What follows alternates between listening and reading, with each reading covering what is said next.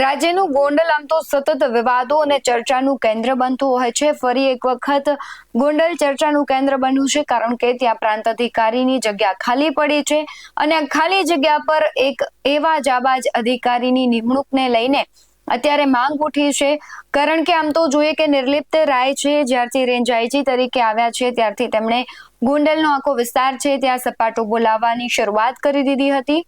HD Makwana જેવા જે અધિકારીઓ છે તેની ફરી એક વખત માંગ ઉઠી છે કે જો ગોંડલમાં તેમને પ્રાંત અધિકારી તરીકે તેમની નિમણૂક કરવામાં આવે તો મોટા પાયે જે ગોંડલનો આખો વિસ્તાર છે ત્યાં ગેરકાયદેસર પ્રવૃત્તિઓ ચાલી રહી છે તેના પર ક્યાંક રોક લગાવી શકાય અને જે મોટા ગજાના અમુક મોટા માથાઓ છે તેમની દાદાગીરી ઉપર ક્યાંક રોક લાગી શકે અને જે સામાન્ય લોકો છે તેના કામ થઈ શકે.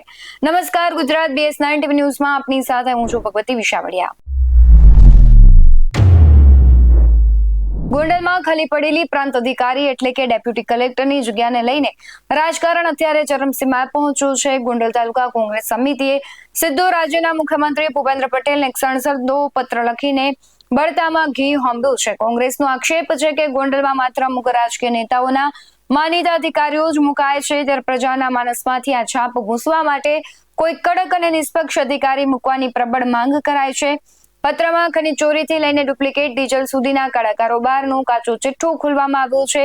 આખો પત્ર શું છે, કયા સિંગમ અધિકારીઓના નામ ઉછળ્યા તેના વિશે વાત કરવી છે અને ગોંડલ હંમેશા રાજકીય રીતે અત્યંત સંવેદનશીલ પંથક છે. અગાઉના પ્રાંત અધિકારી ગમાર સાહેબની બઢતી સાથે બદલી થતા હાલ ડેપ્યુટી કલેક્ટરનું પદ ખાલી પડ્યું છે ને આ ખાલી જગ્યા પર હવે કયા અધિકારી આવશે તેના પર સૌની નજર છે. ત્યારે ગોંડલ તાલુકા કોંગ્રેસ સમિતિના પ્રમુખ હર્ષદસિંહ ઘનશ્યામસિંહ ઝાલાએ મુખ્યમંત્રીને લેખિત રજૂઆત કરી વિવાદનો મતપૂડો છંછેડ્યો છે. કોંગ્રેસે લેખિતમાં આક્ષેપ કર્યો છે કે અધિકારી ન હોવાને કારણે હાલ ગોંડલ પંથકમાં ગંભીર ગેરરીતિઓ અને ભ્રષ્ટાચાર ફૂલ્યો ફાલ્યો છે.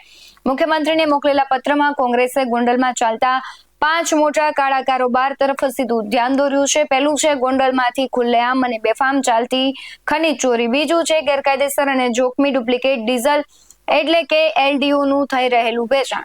ત્રીજું છે ગરીબોના હકનું રેશનિંગ, અનાજ બારોબાર સગે વગે કરવાનું મોટું કૌભાંડ અને ચોથું છે મહેસૂલ વિભાગના ગેરકાયદેસર હુકમો અને સરકારી ગોચરની જે કિંમતી જમીનો પર માફિયાઓના દબાણ સાથે પાંચમું અને મહત્વનું પ્રદૂષણ નિયંત્રણ બોર્ડના નિયમોના લીરે લીરા ઉડાવીને ફેલાવવામાં આવતું પ્રદૂષણ. આ તમામ ગેરરીતિઓને ડામવા માટે ગોંડલમાં કોઈ નેતાના વશમાં ન આવે તેવા કડક સિંગમ અધિકારીની જરૂર હોવાનું પત્રમાં જણાવ્યું છે. શું કહી રહ્યા છે કોંગ્રેસ સમિતિના પ્રમુખ હર્ષદસિંહ ઝાલા તેના પર નજર કરીએ. નમસ્કાર, હું હર્ષદસિંહ ઝાલા, ગોંડલ તાલુકા કોંગ્રેસ પ્રમુખ. ગોંડલ ડેપ્યુટી કલેક્ટર ગમારા સાહેબની બઢતી સાથે બદલી થતા તેમની જગ્યા ખાલી હોય તો તે અનુસંધાને મેં ગુજરાતના મુખ્યમંત્રીશ્રીને એક પત્ર લખ્યો છે કે એચડી મકવાણા સાહેબ કે ચિંતન વૈષ્ણવ સાહેબ જેવા કડક અને બાહોશ અધિકારીની ડેપ્યુટી કલેક્ટર તરીકે ગોંડલમાં નિમણૂક કરવામાં આવે.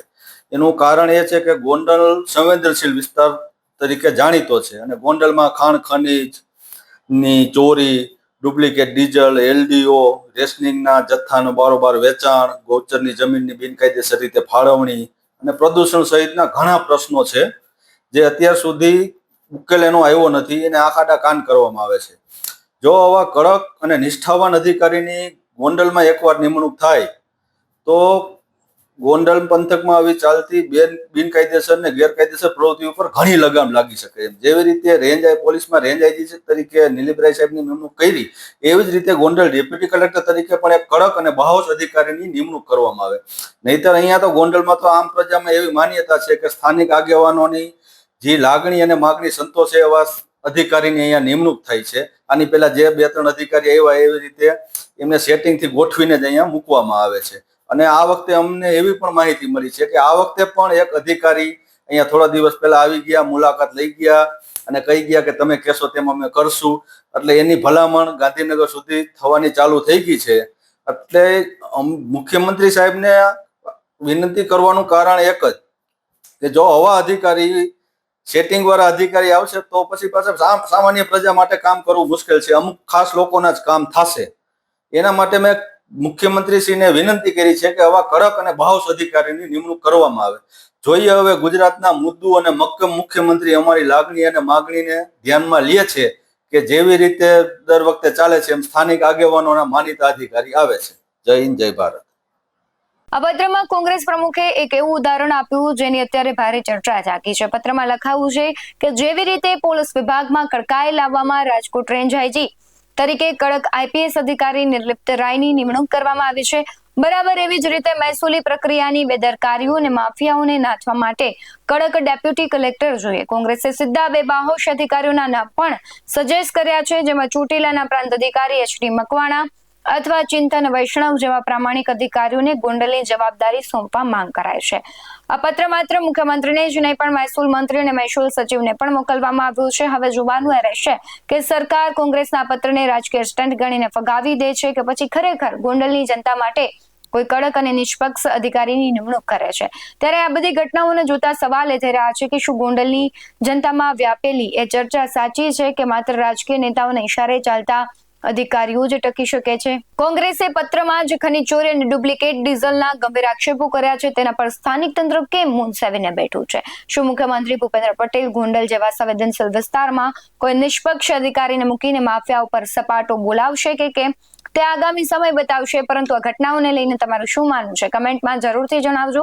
બાકી આવા જ વધુ અહેવાલો સાથે ફરી મળતા રહીશું. તમે અમારી યુટ્યુબ ચેનલને સબસ્ક્રાઇબ કરવાનું અને ફેસબુક અને ઇન્સ્ટાગ્રામ પર ફોલો કરવાનું ભૂલશો નહીં. બાકી અવનવી અપડેટ્સ મેળવવા માટે આપ જોતા રહો BS9 ન્યૂઝ. નમસ્કાર.